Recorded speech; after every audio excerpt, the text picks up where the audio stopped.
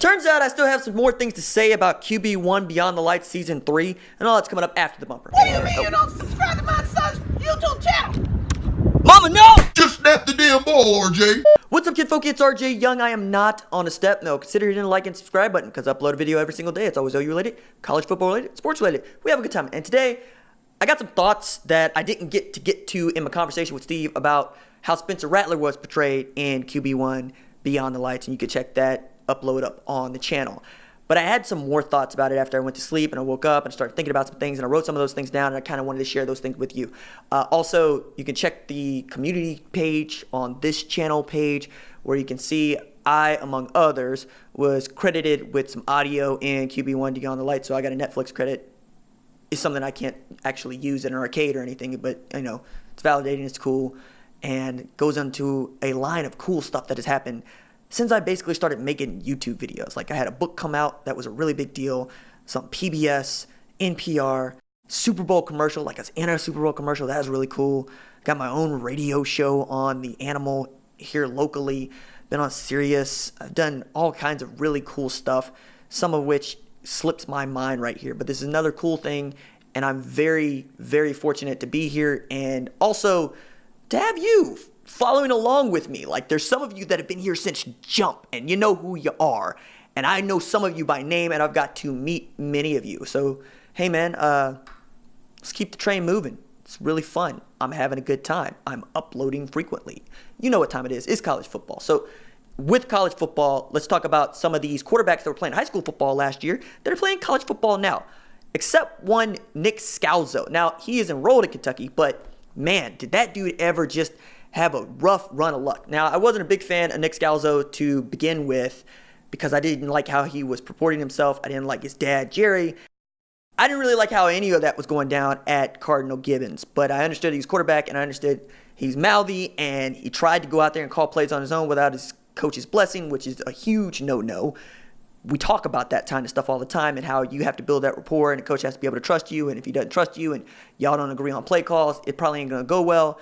And that man blew out his ACL, state playoffs, and then watched the backup quarterback help lead his team to a state championship. Now, he did get to beat a rival that they hadn't beat in 9 years, so that was very cool. And then come to find out that dude blew out his ACL again, spring ball in Lexington earlier this year. Now, I don't know how much he was going to actually play this year because this is a guy whose biggest offer was Kentucky. He was looking at Harvard and Yale before then, and then didn't want to go to Harvard and Yale because his parents made too much money, meaning he'd have to pay full tuition. All right, cool. I get it. And that was kind of the other thing. Like, as a kid that didn't have all that growing up, it just kind of hit me differently. And I have to check myself whenever I'm watching these sorts of stories where high schools are affluent, where parents are seemingly affluent, and there's lots of other aspects to go along with this, including Lance LeGendre, who's at Maryland, and of course Spencer Rattler, who's at OU. But I kind of want to go down my list because I ended up, I had some thoughts. So watching one of the assistants at J. Sarah Catholic go up to Spencer Rattler just to tell him that Buki is his cousin continues to just let folks know, if they don't already know, there are a bunch of people that are very, very, very invested in Buki doing well at Oklahoma. And I understand that you're either on one side of this fence or the other by now. And if you are pro Buki, you are like, hey, RJ, choir right here. And if you're not, you're going, hey, man, isn't it all up on Buki? Yeah, but he's also a true sophomore. So he's got 1 year. And people were bagging on Kenneth Murray Jr. in the same way that they're bagging on Buki right now. And I think that dude could have his ascension underneath Alex Grinch. But it goes to show there are people far and wide who are watching Brendon Radley-Hiles closely because he commands that kind of respect. The mythos, the mythology behind this kid is bigger than Spencer Rattler. Think about that for just a second. The number one quarterback in the 2019 class has less of a following than Brendon Buki Radley-Hiles, a defensive back. So if you ain't on the Buki train, ask yourself why. And if you want to be the dude that is dunking on a 19-year-old, cool. Probably not going to have beers with you. Next thing I thought was really interesting was watching Rattler and his environment because he's super competitive. He's also super cocky and super talented. And there were many times where you're going, is he cocksure and arrogant, or is he just a teenager who's really good? yes ended up being the answer. And there were a couple places where you were made very uncomfortable watching the show and watching Spencer and J.D. Johnson, his backup quarterback at Pinnacle, go at it. And the more you got to see them, the more you kind of just understood that was their association. Like, I called it a friendship with Steve, but I'm not necessarily thinking that's the case right now. I think it's a relationship for sure and an association, because my mother used to say, do you have friends or do you have associates, right? Friends are the people you call when stuff is going down. Like, friends are, girlfriend, my brunch group. My brunch group, that's my friendship group. There's a few of you that I talk to on a regular basis that for whatever reason still watch this channel, and I appreciate that. But you know you are. Point is, my friends are the people that I talk to on a regular basis who pick me up and I can yell at them and they can yell back at me, and it's fine. It's okay. I didn't get that was the understanding between Rattler and J.D. Johnson. And while this is close as most people are ever going to get to both of these dudes, when you're talking about getting to know them, you ain't that close, right? Let's keep it 100. This is Peter Berg telling us a story that happens to go along with real life events. And I want to keep that in the back of my head. But even so, there were just some things that just kind of were off-putting about Rattler, even things that, I didn't know, right? And I'm a guy that's covered him for the better part of 2 years now. So I'm interested to see how this continues to unfold. I know the ineligibility thing is a big deal. And I know it's going to be a big deal because nobody knows what he was actually ineligible for except parents, him, coaches, administration. Not even his teammates at Pinnacle know. And I think there's a number of ways to look at that. If you are curious by nature, you're going to go digging. You're probably in the comments going, hey, does anybody know? No, nobody knows for sure. And FERPA, right, which is the Privacy Act for families, right, says they ain't got to say nothing to nobody. And that's the way they want to do it. And cool. I'm cool with it because we're here now, And if you thought that it was a big deal, you're probably Lincoln Riley. You probably got a phone call, and he did. And he thought it was a big enough deal that, hey, look, we still want you. We still want you to sign. We're still going to put you in this quarterback competition, in air quotes. The other thing I figured out was Rattler's not a play caller. He's a playmaker. And you could see that on the sidelines, right? Because he's getting flustered when they're down. He's getting flustered when things aren't going well. And he's not necessarily coming up with plays or a new game plan. He's coming up with plays he likes, right? Plays that he thinks his offense likes. But he's not coming up with a game plan on the fly. He's not talking through it with strategy and X's and O's, except to say, hey, that guy can't cover that guy. We need to get that guy the ball in this way. Whereas his offensive coordinator is much more broad in his thinking and trying to understand where the game is going at a high level. And because Rattler is explosive, and because he is cocky, and because he is cocksure, and because he's the kind of dude yelling obscenities and getting after it and being ultra competitive, yeah, I could see that, right? Because most playmakers are not play callers, right? They're just not built to do it. And you can understand that, and I can understand that. But if you're not looking at it with any sort of nuance, you probably think he's just a hothead. But look at this with some nuance. Look at it in the stages of the game, and also try to keep in mind Rattler's the best at what he's doing. He knows he's the best at what he's doing. There's not a whole lot of people to check him on the best at what he's doing. So we're going to find out what, if anything, changes about his demeanor and attitude at Oklahoma, where Jalen Hurts is going to be the guy, right? The next thing I took away was it was so strange and cool to see how those players and coaches were dealing with Spencer's absence.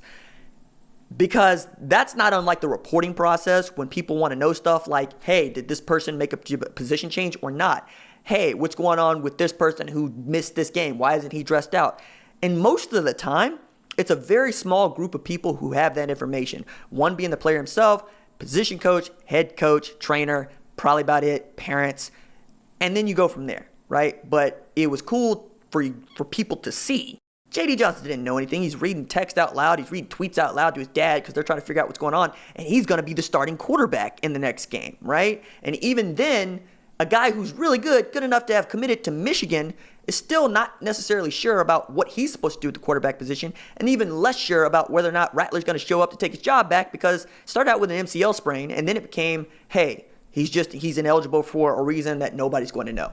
So that was cool that Peter Berg and his group could get everybody involved in this, and we could see it from as many angles as we could see it from.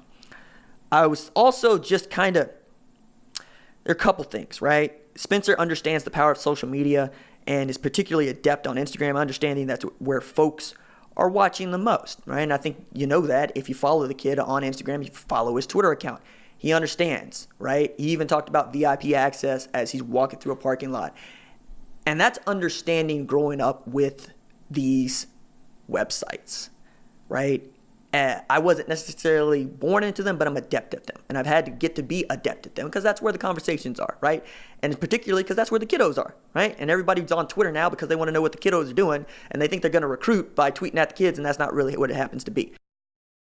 I thought the coolest moment of all of this was Spencer breaking an all-time state passing record on his birthday. And in that game, he threw for a touchdown, he rushed for a touchdown, and he caught a touchdown. But also his having been committed to Oklahoma for so long and wearing Oklahoma on his sleeve and on his chest made him the butt of some jokes, right? So much so that his dad's like, hey, take off the OU stuff. You're not there yet. Finish out this high school season strong. And I'm like, yeah, all right. And then you got JD who's picking on him about Boomer Sooner. And I get all of it, but I got to understand that that's got to make you feel some kind of way, even if you say that it doesn't, right? Because we all know that Baker is chief chip on my shoulder, and he always felt some kind of way about somebody doubting him or making fun of him, and I think Spencer's got a lot of that. I mentioned Nick Scalzo. I haven't talked a lot about Lance LeGendre. I like Lance LeGendre. I like him as a quarterback. I like him as a person. I want him to succeed. I think that he might have the best opportunity outside of Rattler to see significant game time over the course of the next 3 to 4 years, but yo, man, I thought that there were some cringeworthy moments in his recruiting, specifically when he decommitted from Kansas because I thought it was a place he should be. And telling Tennessee we not playing no wide receiver. I mean, I get it. You don't want to play wide receiver, and that's okay. But don't tell anybody no, not during the process, right? I know you want to get down to top 10s and top 5s and whoop-de-whoop, but keep your options open until you don't have to anymore, right? And I think that it ended well for him. But there were some things that I'm watching that I'm going, as a guy who covers recruiting, as a guy who is in this stuff year after year with a bunch of kids, there were things where I was going, maybe don't do that. Maybe don't do that either.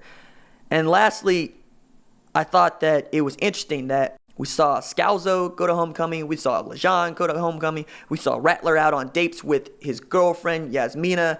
And we saw all kinds of in-home stuff. We saw the parents basically congregating around the kiddos at various functions. I didn't see anybody with a part-time job. Maybe that's just me, right? As I'm me and I had to have part-time jobs to get around, and I had to have several in college, so forth, so on. But I found it particularly interesting that none of these quarterbacks who are getting high major offers had part-time jobs, at least during this show. And I think those are the kind of things that we would love to know existed, because anybody who has a part-time job will tell you those part-time jobs help shape how they see the world, how they interact with the world, how they interact with people. You understand what the social ladder is. You understand what to do in a work environment. You understand the politics of a work environment. You understand bureaucracy. Things that you're going to be introduced to in college football to a little bit, but not really until you get out of the college football world. And I wonder how much of the sensibilities get warped because kids don't actually have to have part-time jobs. And going to public school versus going to private school and the differences that those things provide, right? I'm a public school kid, so I have a different advantage than a private school kid. And we know that we can get into, balling up our fist about what's what. But I do also think that interacting with various parents is different because you're different with dealing with different socioeconomic backgrounds, right? And the fact of the matter is, there are people with less money and there are more of them. And learning how to interact with all of those people is important. It's one of the reasons that we push diversity. We also push diversity because you make for better culture, because then we get better ideas and we get more nuanced ideas and we get a better understanding of each other. All right. That was the last thing that I was going to say about that. I'm glad I waited till the end to do that. All right. That is it for me. Deuces.